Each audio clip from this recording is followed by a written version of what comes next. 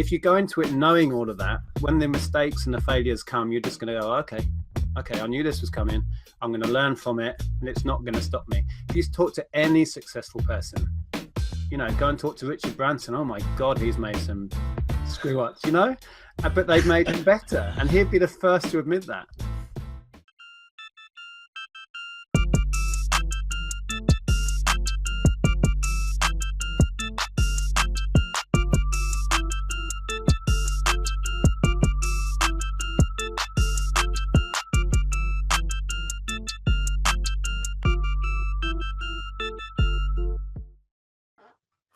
What's going on, everybody, on YouTube and iTunes? Hopefully you guys are having a spectacular day. Welcome to episode number 7 of the Raiken Profit Show. In today's show, we're going to be talking with Nic Hill, and the title of the show is Life as a Full-Time eBay Seller. So it's going to be a jam-packed show. We're going to be covering a lot of information about Nic's business, about selling on eBay, and we're also going to touch on some other income streams as well, such as Amazon, which is really, really cool. But welcome to the show, Nic. How you doing, man? Good to have you here. I'm good, Steve. Thanks for having me on. It's been a while since we chatted. So yeah, pleased to be here. I'm really enjoying, for the people on the iTunes podcast, you can't see the background, but man, you got some cool stuff behind you. Where are you sitting right now? Are you in your shop? No, we don't have a bricks and mortar shop anymore. This is at home. This is what was our double length garage, which we had converted. So this is my cave, as it were. My wife has her office in an extension at the back of the house. So we have separate offices, which works well for us being, married couple working in the same job. We like to have separate space, and that works. It works better for us. I could only imagine. You need to have your space for sure. So very, very cool. Let's jump into the kind of like the introduction in terms of like how you got started. And we're gonna shout out your YouTube channel and everything as well, because this guy has a ton of amazing videos on YouTube. But tell everyone a little bit about who you are, where you're from, and how you got started. Like, take us back to the beginning of how you got started with your eBay business. Wow. Well, I'm Nic, and my wife is Andrea. We have a YouTube channel together. But as far as when we got started, it's a long time ago. It's now 16 years nearly when we went full time. And we made that decision because we weren't happy in our jobs. Basically, it's a bit more complicated than that. But I was in the police force, was really unhappy with that. My wife was actually working for Amazon and wasn't happy. And then she fell pregnant with our daughter. And we made what seemed like a crazy decision to pack in our jobs and go full-time on eBay. And we had built up the business. I've been doing this as a spare time thing. At weekends, I'd go outsourcing stock as a collector and got into buying and selling, and built that up to a level where I was earning fairly good money, but it was still a bit of a huge leap. But we took that decision end of 2001, coming into 2002, and we've been full-time resellers ever since. Wow, that's really, really cool. And I forgot to mention as well, for the people who don't follow you, where are you coming from right now? Where do you live? I live in a little town in England called Hitchin, which the easiest way to explain it is, you guys all know where London is. So if you go about 30 miles north, that's us. So we're about half-hour train journey from London. That's cool. I get a lot of comments from people who are international, various countries outside of the States, wondering if it's possible to make money on eBay. And yeah, right. You're doing it. You're making it happen. I mean, do you notice with your followers and stuff, or a lot of them from where you're from, or a lot of them from the States, or a lot of them from other countries and whatnot? Because, a lot of my subscribers, they think you could only resell in the United States, which is, we plead a little bit of ignorance there. We don't know, but because I was surprised as well, because I didn't know thrift stores and they had garage sales. Because I know some people who are from various countries and they have no idea what like thrift stores and garage sales are. And can you talk a little bit about that? Yeah, it's interesting because I didn't realize there was a whole community talking about this until I found your good friend Chris making videos. This is going back before I was doing videos. So about 3.5 years ago, I found Chris and Dallas Moore, whose videos I loved, and other guys. And then I found you, and it was like, wow, there's lots of people talking about this, all in America at that point. And it was like, hello, I've been doing this for years. Perhaps I should get involved. Perhaps I should share. And that's what got me started. And then a lot of people from the UK that find my channel had the same experience, and they didn't realize there was other people in the UK doing it. But there's a huge scene now that's grown up around my channel and others like Tom the English Picker and Zahir, who I think you chat. Oh yeah, Zahir's awesome. Yeah, and there's now quite a big YouTube scene. But yeah, before that, it seemed like there wasn't much going on in the UK. I mean, obviously there was, because eBay is huge here, as you know. Right, yeah. Yeah, but it is possible. I've been making a living from it. Certainly from reselling. A lot of our career was in bricks and mortar stores as well. But we've always done eBay alongside, and Amazon alongside as well.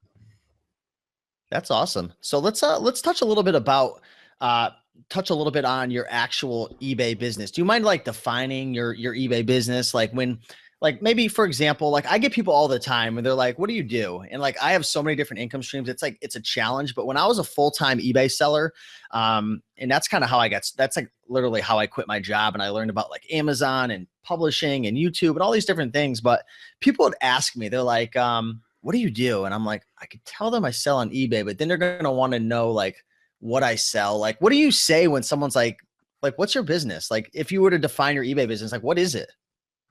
It's a question that comes up a lot, actually. I think how I answer that depends on how long I want to talk to the person, because like you say, if you explain it in full, it just it poses more questions, like you just said. So I tend to say I buy and sell stuff online. And if people are interested, they can ask more questions. But most people just sort of nod and smile and look a bit confused and walk off. But yeah, that sums it up for me. So what type of products do you sell primarily in your eBay business? Like, how does your business work? How do you make money from it? I'm an opportunist, and I buy and sell pretty much anything with a margin.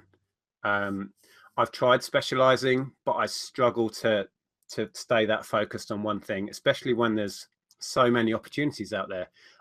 For a while, I was a specialist Lego seller, loads of money in it, but I got bored, and I was having to leave opportunities there because I was specializing in one thing. My wife specializes in clothing. Her office out the back of the house, it's just rammed full of clothing. But as you might be able to see, those that are watching this on video, there's all sorts of stuff. I love video games. That's what got me into this. Like a lot of people, they've got a Super Nintendo there. I was just checking out this Game Boy. But it's all sorts of stuff. Yeah, I can't really pin it down. I mean, if you go onto the channel, you'll see in the haul videos, it's whatever I can get my hands on. I really enjoy picking up huge hauls of stuff. I got a great big gaming haul last year, which really paid off. We'll go into that in future. I think you have a question lined up about one of my big successes. We'll go into that one. Yeah. But yeah, I'm a very opportunist person. If I can see a deal and I know I can make money on it, even if I don't know anything about that subject or that niche, I'll go for it. And that's what I've learned over the years, is you only see that opportunity once and you have to take it. So that's what I do.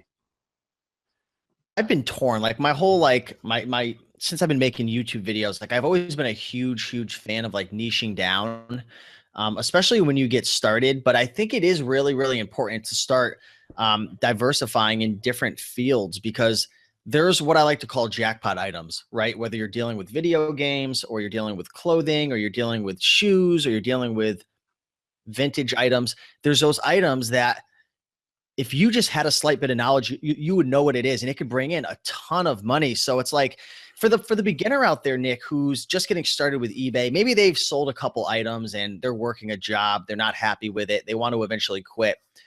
Would you suggest it's best to get started with a niche? And what I mean by that is a specific, like really master clothing or really master video games?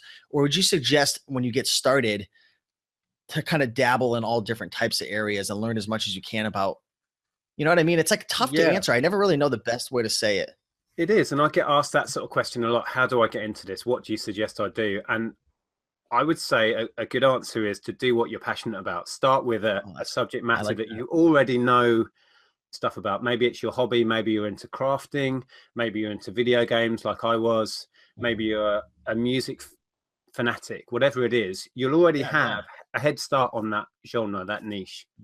you know, and you'll also have a passion for it, which makes work so much easier. If you do what you love, which, you know, kind of ironically, I love buying and selling. So my job is like, it's just fun for me anyway. But if you start off with, like, for video games, for example, you'll already have that knowledge if you're into it. So you'll know how to spot a gem, and it'll be easier to learn because you have an interest in that subject. So that's a great way to start. I think you're so right. You know, when I had started with selling bicycles, and I learned from Chris, you know, the guy you Yeah. had mentioned before, and I saw this big, crazy, muscular Asian guy making videos, flipping all these bikes, and I'm like, wow, like I want to do that, and I did it, and I enjoyed it, and like it made it so much easier. And then I found something else I enjoyed, which was clothing, Mm. and nobody loves going through the sold listings and studying the market, like what sells and what brands. Like it's not a ton of fun, but like if you actually enjoy what you do, it does make it a lot easier. So that's some really, really good advice there, Nic. Love, man, when it comes to like reselling a certain category, like mine was bicycles. That was my first love. Like I fell in love with it, and that's how I got hooked to reselling. What about you? Like, what was your first product category or type that you were just like you fell in love with it, and it came so natural to you? I guess apart from the video games, which is how I found out about eBay, because I was a collector and I started finding out I was collecting Nintendo Game and Watches, and I found out that they were going for crazy money on this platform called eBay that I'd never heard of. This is back in the 90s when it started. But the first thing Right. I really started buying and selling is another thing I have a huge passion for, hence the t-shirt, is music. In fact, my first business was in 1998 when I left Virgin Records to set up my own secondhand record store. And that's where I kind of cut my teeth in dealing with the public and buying and selling, and it was all music. And when eBay started for me, which would have been in the late 90s, you could buy and sell CDs and make serious money. You can't anymore Really? unless you find the real gems. But yeah, it was music, and we would plow CDs on eBay and Amazon again in the early days, merchant fulfilled. So yeah, I want to music. ask you something really. Go on. Yeah, music, man. Yeah, it sounds like it's your true love. I heard that you mentioned Virgin Records, man. I didn't know you worked for Virgin Records. Yeah, um, I after I got my degree, which was in animation, which I never followed as a career, I went and worked for Virgin for a while, but I quickly got fed up making money for Richard Branson and just quit and set up my own secondhand store, which didn't work out long term, but it started me on this path. You know, after that, I did go back into work for a while until Andrea and I started in about 2001, 2002. But yeah, I started on this journey really way back in the 90s with my first business. People always ask me, you know, Steve, and I'm sure you get this question asked often, you know, what are the best products to sell on eBay? Is that a legitimate question, or can anything be a best product if you understand the market in that specific category? What are your thoughts on that? When someone's looking to get started, is there a best product to sell, a best category, or is it just get I, started like you said with something you're passionate about? yeah, I don't think there is a best product. I think there's a best product for a certain seller. As I Hmm. said before, if it's your passion, if it's something you get excited about, if it's something you wake up and you really want to get into listing and sorting, that's the best product for you. There's no point in Hmm. saying, oh, iPhones are fantastic, but you don't enjoy testing them, you don't enjoy the product itself, you don't know how to describe it. That's not the best product for you, is it? Because you're going to fail at doing it because you're not Paradox. excited. So I think it's more find what is right for you, not there's a best product, because then of course we'd all be doing it anyway. Hmm. So no, I think there's products and niches for certain people, and it's about what gets you excited again. And even to take it a step further, over here in the States where I live, there are specific product opportunities that are better in certain locations, right? Like for example, when I had gone on a 90-day road trip, and I was buying and selling a lot of stuff for Amazon. Since I was on the road, Nick, and I was utilizing the Amazon FBA warehouses, I wasn't selling much on eBay. Actually, I wasn't selling on eBay at all because Mhm. I didn't want to hold stock and then have to ship it out while I was on the road. So I was focusing on Amazon FBA, and I was selling a lot of books. Well, when I got to South Carolina, North Carolina, I had no luck with selling books because they were actually, I found out that a lot of the thrift stores over there were taking the really good books and sending them into Amazon themselves and like selling them online. And circling back, the point I'm trying to make is, what are your thoughts on being passionate versus something versus opportunity? Like, do you have certain products that just aren't good opportunities for you? Like if you live in a certain part of the UK, for example? Well, obviously, if you can't get hold of a certain product, there's no point in trying to deal Try in to it. force it. You know, they try to force Yeah. their way into it because they see me or they see you having success, but then they look for books, they look for clothing, they don't find it. Yeah. So what are your thoughts on that? Because I see this often. Well, you have to be, it's difficult because, yeah, you want to sell what you're passionate about. But if you can't get hold of that stuff, you have to be adaptable. I mean, in general, if you're going to be in this line of work, reselling, it's very opportunist driven. So it's all very well for us to say, sell what you're passionate about. If you can't actually source that stuff, I'm sorry, that's not going to work out. You have to be adaptable as well. So it's kind of it's a double-edged thing, really, isn't it? Yes, you want to sell what you're passionate about, but not all of this stuff in here I would say I get excited about. There's a bit of give and take, obviously, because I take opportunities when I see them, and I have to follow the money as much as follow my passion in what I sell. You know, I could buy Game Boys and sell them all day long. I'm as happy as Larry doing this sort of stuff. But Oh, at the that's same you got the time, case and I've everything. got kids' dolls here that I couldn't give a monkey's about, you know. But there's money in it, so I buy it. So yeah, it's a tricky Do you one. play But with them first and then sell them? it depends what they are. The Game Boy, certainly, yeah. But you're right. Hey, Nick. I was going to say my good friends are here. He moved about a year or so ago from London up to the Yeah. north of England, and he had to Okay. subtly adjust how he sourced, and in some ways what he sourced, because it was a very different market up there. So he found that. So it definitely, as you found in the States, it's going to change from state to state what's available. You know, so yeah, you have to be adaptable and you have to be prepared to think outside the box and just find out what works where you are. Definitely. Awesome advice there. So I know you had mentioned you were getting excited because we were going to talk about a success story. Oh yeah. What's your, if you had to share one of your parts of the show, like what's your biggest success on eBay? Like what's one thing that really stands out where you're like, wow, like looking back, that was the moment. That was the big win. It's not actually that long ago. And if anyone that's watching this watches my channel, you'll know because I made 2 or 3 videos about it. But I don't know if you heard about all of this, but I'm not even sure when it was. Getting on for maybe nearly a year ago or 8 months ago. I got a big job lot of this sort of stuff, gaming. I bought it all off a reseller that was retiring. They built up this huge stock and they knew me through YouTube, actually. So this opportunity came about through sharing on YouTube. So that was quite exciting. But I bought this huge collection off a lady and started to break it down and sell it on eBay. It included one particular Atari cart, which I didn't think anything of. It had a handwritten sticker on it. And I tried to do some research. I even took it apart, found out it was made by Activision. There was no record of it on Activision websites. There was no record of it on any forums ever existing. So I put it on and it went berserk, to cut a long story short. It owed me about £1 in this job lot, and it ended up selling for £5,100 for one loose cart, no box. It had been one seen before in America, and this was the only British PAL version of this game. It was a prototype, never got to release, never been issued publicly. And I stumbled across it in a job lot. So that was when did you realize when did you realize, Nick, that you had a jackpot? So you put this, you don't really know what's going on with this. You put it up via auction, I'm assuming, right? Well, and you're just like, I'm gonna see what's gonna happen. I got incredibly lucky a couple of times. First time to actually find it and have it in my possession. I nearly, because I did the research, I found out it might be something unusual, but I nearly bundled it in with one of the consoles and got rid of it.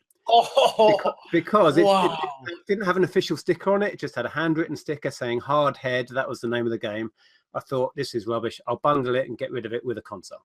I didn't do that. So I made the right decision there. And then I actually couldn't find anything about it because I tried to research it and thought I'll take a punt and put it on. I think I put it on for £100, buy it now. Because I just thought it might be unusual. A collector might want it. Yeah. So somebody could have snapped it up for that. It was on at that price for a few hours. And then a fanatic who runs a forum about this sort of stuff, messaged me and said, do you mind if I could use your pictures? I did some screenshots of the game. I opened the cart up. I took a picture of the circuit board. He said, can I use those pictures for my website? Because nobody's ever seen this before. That's the moment. Oh my God. So then you knew. So quick, take the buy it now off. Why he didn't buy it still baffles me, because he knew how rare it was. Anyway, he didn't. Yeah. Why did he not buy it? And I had, at this moment, I had a message from another buyer saying, is it genuine? Where did you get it? What's the background? He was really suspicious that it was what he thought it was. And he, in the time between him messaging me and me messaging back, I'd taken the buy it now off. And he was like, why have you taken the buy it now off? I want to buy it. I said, sorry, I think I've realized it's quite rare. And yeah. And then the bidding war started. So at that point you switch it over to auction. Yep. Or it was an auction with a buy it now? I'm not sure what you had, but when does this thing just start like going psycho? Like, what did you start it at? It started at next to nothing. I think I started at like £50 or something. I can't even remember what the start was, but it was low. But very quickly, within a day or two, well, I made my mission then to let every collector in the world know this existed. Once, because I got chatting with this guy from the forum, I joined the forum, I made a thread on this forum, I asked everybody to tell me what it was, how I should market this, whatever. They all got interested. I asked them to share it around in other forums. I joined loads of other gaming groups and forums. I put a good 2 days work into this. Oh, wow. I then messaged all the big gaming YouTube channels to talk about it if they could.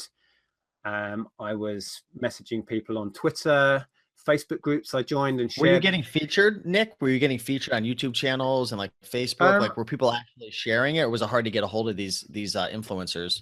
The YouTubers, I think, may have spoken between themselves. Nobody made a video about it. After the event, it's been mentioned a few times. But certainly on Facebook, people were talking about it. The forums went a bit mad for it for a while, and that generated a lot of interest, and it had astronomical view numbers on it. Watchers were in the thousands when it finished. It was huge. No way. Yeah. Oh, totally. wow. And I live streamed the ending. I live streamed a video of it ending. It was at £5,000, hoping it was going to go bananas at the end. It just went up by 100.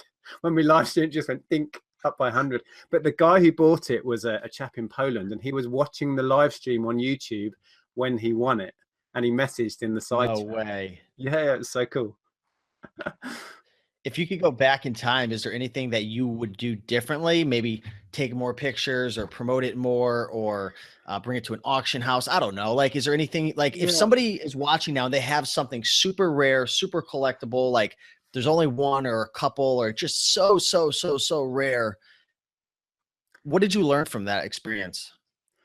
I think I'm quite happy with how it went. And I'm really pleased looking back that I took the effort to spend hours and hours messaging people, sharing the link to it, talking to people on forums, because I think, remember, with an auction, you only need 2 people with more money than sense to buy this thing.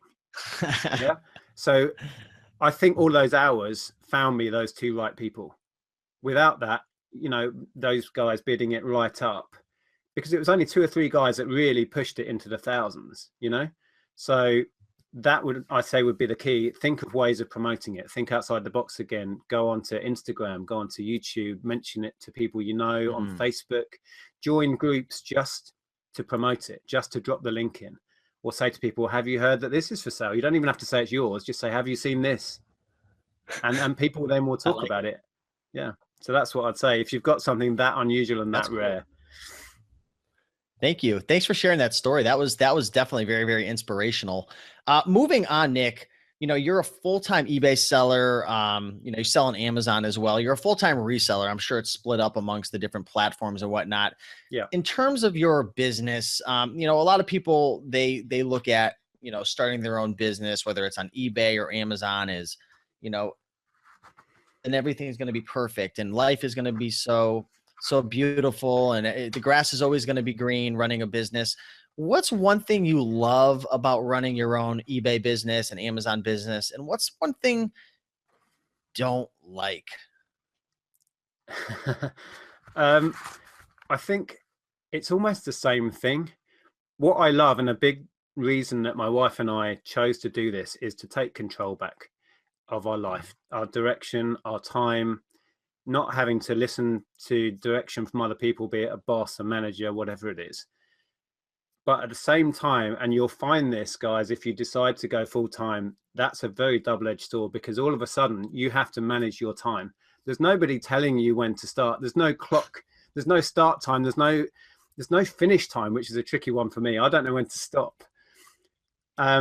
So it's those things. That's what I love about it, that I have control. I don't have to say yes, sir, to my boss anymore. You know, I don't have to go through all those hoops working for the man, as it were.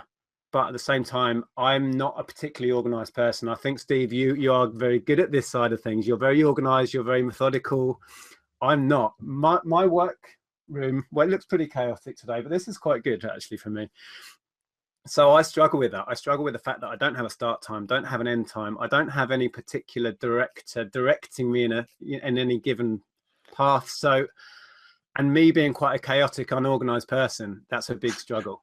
So yeah, it's a double-edged sword, but that's what I love, being in control as much as I can, being this chaotic. And what else really, what are some of the downsides to running your business? Some other downsides that, because a lot of people, they jump in, right? It's like students that go to school, they get into like accounting or they get into the medical field, and they've never really shadowed somebody in that field. What are some other downsides to running an eBay business? I'd say, some things you can never really prepare yourself for is you don't have a salary. You don't have a set wage coming in. Oh, yeah. And I see a lot of people that start out in this, that becomes an issue, because I mean, I've done this most of my working life, so I've kind of just become used to it through necessity. But if you're used to getting that paycheck on that day every month, and you know you can rely on that, with eBay, with any self-employment, to be honest, you can't necessarily rely on that. And our business is very up and down. It's very seasonal, and you have to learn to put money aside. You have to learn to budget for certain things. So that can be tricky, and you cannot guarantee a set salary. I guess you've had to tackle that as well. Yeah. How do you, like, for someone who is new, like for me, when I had gotten started, Nic, I was lucky enough to, I'm 30 years old now, but when I had first gotten started in this business, I was, I think I was 24 or 25. I was dead broke, right? I had nothing, like not a dollar to my name. And I was living at home with my parents, and I only had like a small car bill and maybe a few bills. So for me, like I didn't have a lot of overhead or anything. So like I was able to save money as I started to but like, what advice do you have for people who are brand new, getting started, or they're starting to scale up, getting ready to quit? How do you put that money aside when it's a fact that if you want to grow your business, you do have to invest in more inventory, right? You have to invest in different things, education systems. Sometimes it's hiring people. How do you start building up that nest egg when you're trying to also build up your business as well? Because you said it's ups and downs. It's incredibly difficult. I don't have any way around that. It's hard, and building any business, again, not just in reselling, it is really tough for the first couple of years. The first 2 or 3 years, that's when you make or break it, and most don't make it out of that initial period. Mainly, I think, because of these cash flow issues, because you're trying to build it, yet you've still got to pay yourself. Sometimes you can get into borrowing money, which can compound that issue, because you've then got to pay that back, and there is no easy solution. You have to be really have your finger on the money, know where your money's coming in, know where it's going out, and know those numbers, because without that, you're just lost. And that's, luckily, I know, I just said I'm very scatterbrained, I'm very disorganized, but I know where my money is. I know how much is in the bank, I know how much is going out, and that part of it I have dialed down, and always have done. So what I struggled with a lot. Nic, and I don't know if you did, but when I had first got started, I actually just had an interview earlier today with Nic Hill. She's an accountant, a CPA. One of the things that we were talking about was, like, when I first got started, and this is the same for other people, they think they're making money and they think they're growing, but they're not actually showing a profit because they don't understand their numbers. Can you talk about maybe some tips for like bookkeeping or accounting? Because again, with investing in inventory and then cash flow, like people think they're making money. And you even see in the Facebook groups, people are like, I made $40,000 this month with Amazon. And the beginners don't realize that 50 to 60 to 70% of that could just be cost of goods right up front. Yeah. And then you have paying your employees, you have shipping, you have taxes, you have paying yourself. I mean, it's really easy to actually not make a profit. Yeah. I would say it's such a huge subject, and accountancy, I'm not an accountant. I don't want to go particularly giving any advice on accountancy, but what I would say, it's all too easy to focus on your sales figures, how much you're selling, your gross numbers. And it's almost irrelevant what your gross number is. The number you need to be looking at is how much you've got going out, and finding ways of reducing that if you can, but just knowing exactly on a weekly, daily, certainly monthly basis what your business is costing to run, what your stock's costing to run. Then you can start looking at how much you're selling. But if you lose track of your outgoings, you've lost the battle completely. So yeah, focus on your outgoings more than your income, and you're going to be getting it right somewhere in the middle. Does that make sense to you? Yeah, no, it makes sense. And it's actually got me thinking about what your thoughts are on starting your business slow and slowly growing it and putting the right systems in place, getting your accounting in line, getting your books in line, understanding how much you could pay for yourself, putting systems in line for your inventory, reinvesting back in versus just scaling as fast as possible. Would you rather go it's kind of like the tortoise and the hare. Would you rather go the slow and steady method, or because you Definitely. see some people who get out the gate and they think that eBay doesn't really get much of a name for like a get rich scheme quick, but like Amazon, like there's people who become millionaires in like a couple of years with like the private label and wholesale model. What are your thoughts on, like, is it better to start slow when you're first getting started? Obviously, I can only talk from my experience, and I've Sure. always been a slow and steady build, learn as you go, make your mistakes, and just slowly build it. I mean, it was, I don't know, I suppose it was a fairly rapid growth for us because we did eBay from home in a little rented house we had for about a year and a half. And then what we were doing outgrew the space. So we went into retail mainly for the space and the way for people to sell to us. That Yeah. really took off.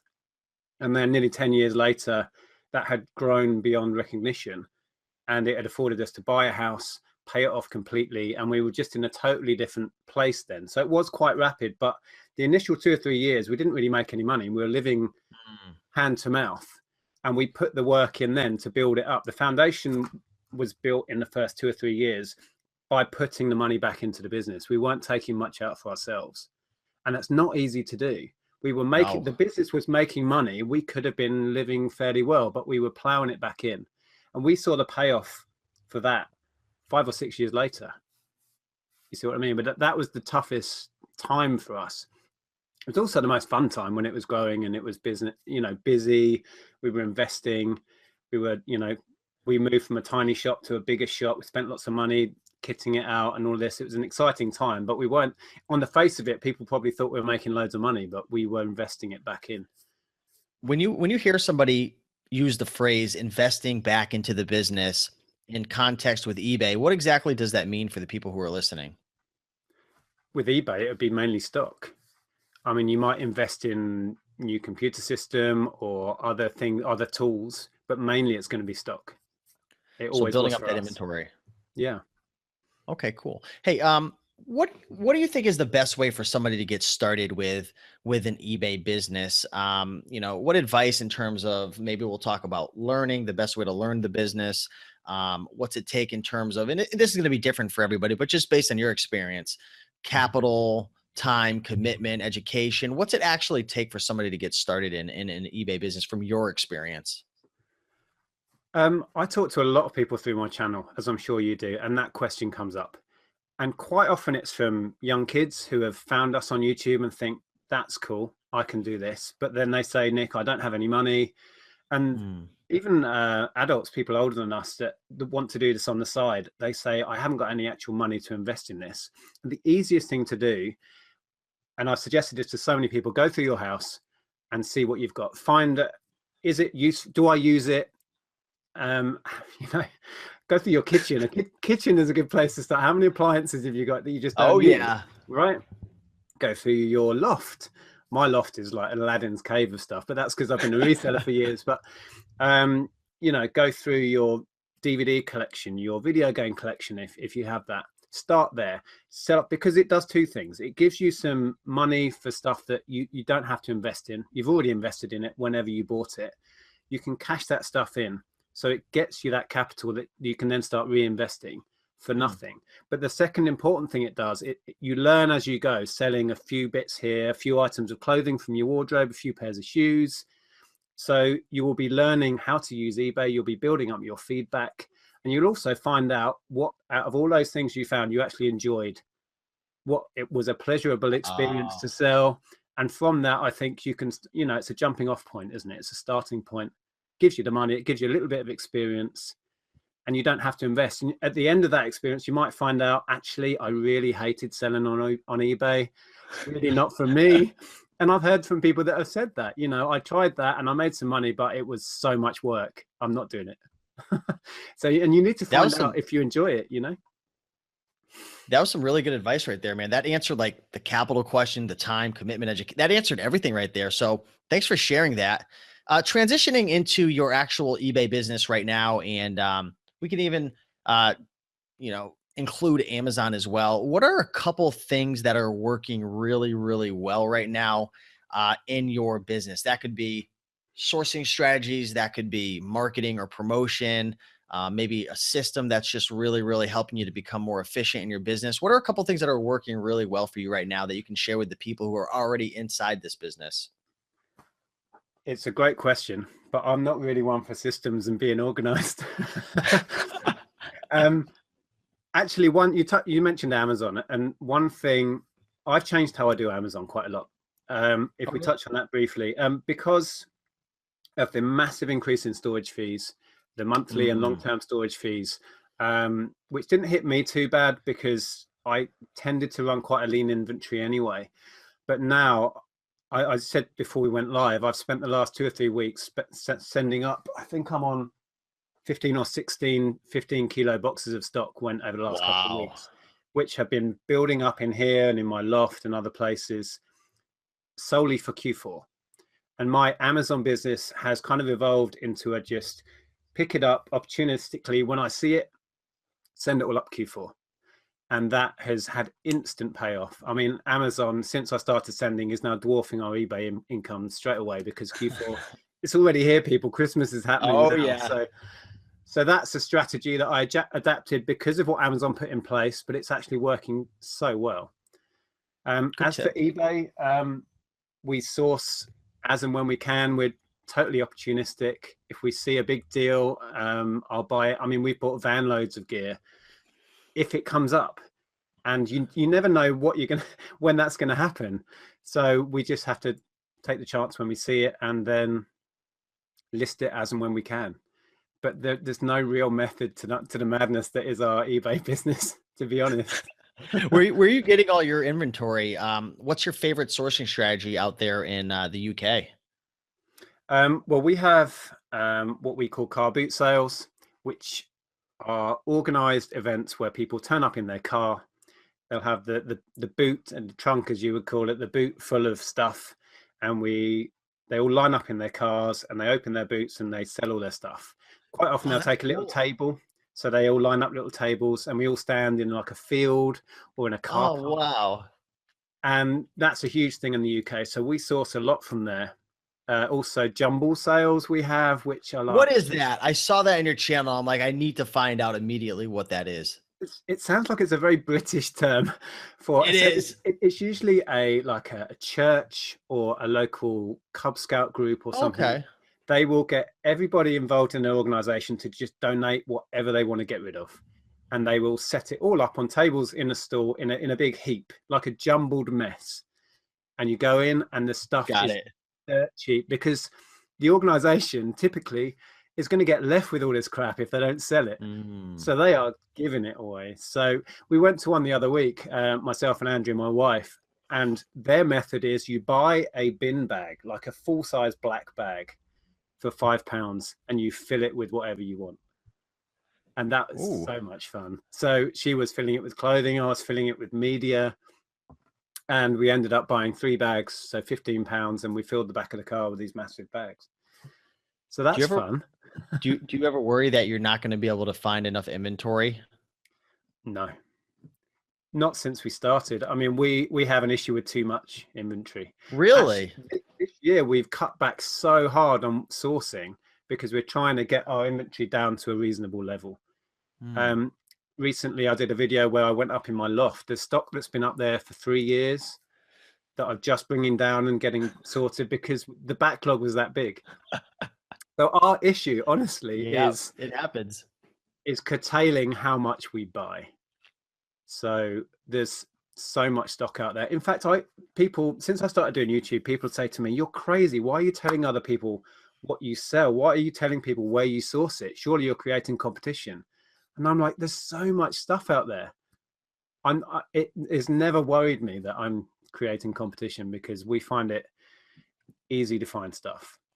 And another thing a lot of people don't realize is when you start creating content and helping people, it's just a universal law. When you give, it comes back to you so much more. And I know that sounds very cliche and corny, but a real life example is that is the relationships you build with other like-minded people. Like, have you ever had somebody you met or you went out sourcing with and you're like, wow, like you learned a new item that you never knew of before, you know? Absolutely. I mean, through YouTube itself, I've made what will be lifelong friends. I went up to stay with Zahir. You know, we're hopefully going to meet up with them again at Christmas soon. And yeah, he's taught me so much just through chatting with him about electronics, which I do more of now because that's his passion. And yeah, it's great. And going back to the whole karma thing of you share, you give through your channel. When we go back to that Hardhead video game, that lady only came up and spoke to me because she watches my videos. And then because I got to know her and I used to bump into her events, you know, car boot sales, jumble sales, she came to me first when she wanted to offload that haul of gaming. So it's through giving on YouTube that I got that once in a lifetime cartridge that sold for 5,000. And I've seen her since, and she was so gracious about it.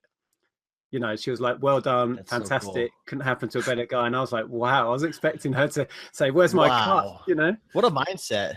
Yeah, that was amazing. Never going to happen again, but loved it. That is cool. What if, you know, I ask all of my guests this one question, and the question is, it's about avoiding mistakes. But if you could go back in time with the knowledge that you now have, Nic, and could give yourself one piece of advice to follow regarding this business 14 or 16 years ago, what would that one piece of advice be that you would give yourself about this business? Well, I had the questions before and I thought about this, and I think I'll flip the whole question on its head and say I wouldn't want to avoid the mistakes. The mistakes have made me resilient. They've made me knowledgeable. They've made me, I don't know, they've got me here, you know, for better or for worse. I mean, I've had failed business ventures, but I wouldn't change them because I learned through the process.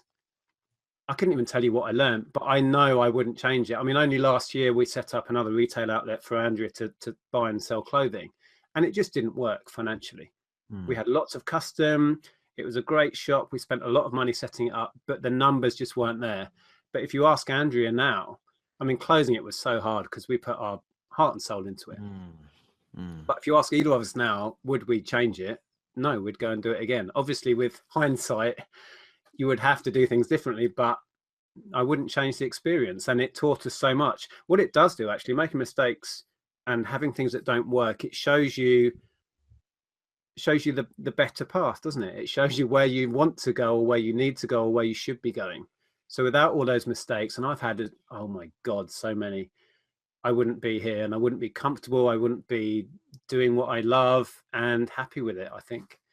So I would throw that question back at you and say, I wouldn't tell myself to avoid the mistakes. So it's almost like in your mind, you've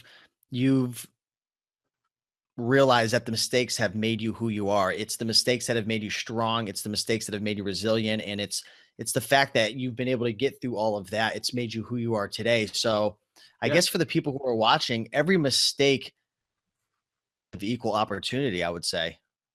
Yeah. I mean, do you feel the same way? Because I know Yeah. anybody that's a self-employed person, Oh you've made yeah. mistakes, you've had failures. So do you feel the same way though? I I've actually, to even flip it a little more, the times that I've failed, I've actually let the mistakes take me down and I've given up. Whereas the times I've succeeded, I've made even more mistakes, but I never quit. Yeah. So I think that's really the key right there, is realizing that you're going to make mistakes, especially when you're new, right? You're Uh-huh. new on eBay.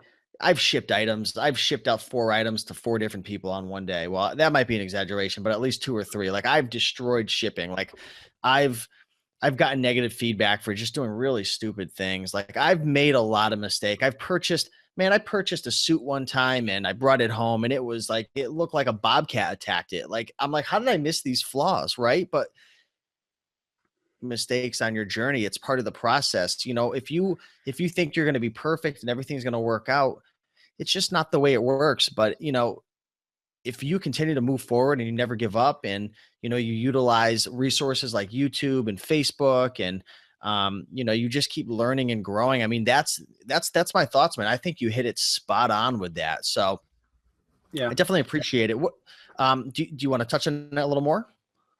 Well, I was just going to echo what you said, really. I mean, going into business, you can't be delusional and think you're going to get everything right and it's going to be all roses. It's going to be hard work. You're going to mess things up.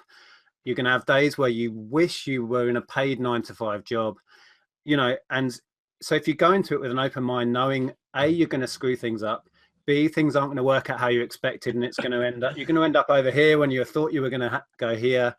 If you go into it knowing all of that, when the mistakes and the failures come, you're just going to go, okay, I knew this was coming.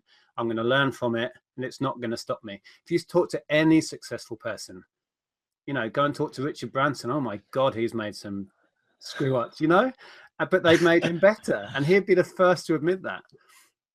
So yeah, just embrace the mistake. It's the best way to learn, is to mess it up and then work out why. Did you ever Go get to on. meet Richard Branson? No, he used to send Oh, us, as an employee, he used to send us Christmas gifts. That oh, was that's as cool. close as we got. But one year it was his autobiography. How egotistical was that one?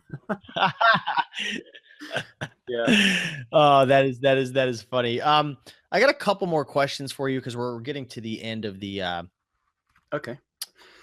to the hangout. But what are your thoughts in terms of like sustainability and long term growth? I asked this again to a lot of the guests about their businesses because this is one of the biggest mindset blocks that a lot of people have. They almost feel like, I don't know if I want to get into this business because of, it's either competition or it kind of stems from competition. They think that there's too much competition and that's going to cause like only short term growth of this business, that it's not going to be around in 3, 4, 5 years. What are your thoughts on sustainability and long term growth of eBay and Amazon, but especially eBay? It's an interesting one, and we've all seen eBay evolving and trying to be Amazon number two, and I think that's dangerous. I think they should be eBay and do what eBay does best. I was talking about this with Zahir not long ago. So that's going to be interesting to see how eBay evolve and how Amazon evolve. But I think quite easily something could come in from left field, like Facebook could really, really push into that sort of Oh market. yeah. Instagram, the markets are there. And the fear that eBay, I should imagine, should have about Facebook is their user base is so massive. If they make the decision to really get into the secondhand goods exchange market, they could dominate it, It's gonna be because trouble. everybody complains about eBay's fees. You talk about eBay with resellers, they complain about the fees and the things that they're imposing on us. So Facebook, if they wanted to, I think could be huge. I don't know. I really don't know where it's going to evolve, but it doesn't worry me because I've been in this game long enough. I've seen so many changes that it doesn't stress me out really at all. I have faith in What would you do myself. if Facebook took over? I'd go on What would there you do and if sell. Facebook took over and eBay shut down? That's it. You'd adjust, right? Yeah, I'd go onto Facebook, or Yeah. if all of the internet selling options weren't there, I'd go back to bricks and mortar. It doesn't worry me, and it That's it. never has done. So yeah. That's cool. That's it right there. You know, being able to adjust, having your head on a swivel, you know, being able to, you know, And going back to I that, guess that adjust that's is it. actually what I love about what I do. When we've had these chats before, we've talked about where do you want to be in 5 years' time, and I usually say I don't know. And that's what I love about this. I couldn't tell you. I may be off doing something completely different, and I love that fact. That's what keeps this exciting for me. We've changed how we do things continually since we started. So why would I stop changing it now? Final words of wisdom. If you had one last piece of advice for the viewers watching, maybe they're new to eBay, maybe they've been running eBay business for a while. Let's put it in the context of advice for somebody who wants to be a full-time eBay seller, coming from someone who's done it for over, you know, what, over 10 years, 15 years. What's that final words of wisdom you would give them? If you're going to get into reselling as a full-time thing, you need to have a passion for it. It's not easy. It's a lot of work. It's not an easy option. Self-employment, full stop, is not an easy option. So do it because you love it. It's as simple as that. I mean, I'm sure there are many people that do reselling because maybe through necessity, but it's going to be so much harder work for them if the passion isn't there. Andrea has to drag me out of here in the evenings because I'm beavering away doing whatever it is, and it's because this grew from my hobby. When we said I started back in the late 90s and it was my hobby, and I found eBay through my hobby and my passion of collecting. And this is an extension of that, really. What are you so passionate about? Like, what's keeping you up at those wee hours, at those late night hours? Like, what's going on in your mind when you could easily be watching TV or doing something else? Like, what is going on in your head? Like, why do you want to keep growing it? Why do you want to keep working on it? It's the hustle. It's the fun of making money. I mean, you've got it. You've got that. Yeah. It's the hustle in you. That's what excites me. It's the finding the deal. It's the making the sale. It's all those elements of Mm. it. And in many ways, Andrea and I, we're at a point in our life when we're trying to do less. We've kind of we've ticked off most of our goals and stuff. Our daughter's turning 16 next week. We're at a Oh, point in our life cool. where we want to do less, not more. So that's another struggle for me. But yeah, Very that's nice, it. man. It's the hustle, isn't it? Really, it's the buzz you I get. It is. That's the best way to put it. It's like you're like on a high, man. When you find that item and it finally sells, you hear that Yeah, cha-ching or you see it. It's just like, it's just so addicting. That's like one of the best parts about this business. It's so addicting. but Um, it never gets old when you get that ka-ching.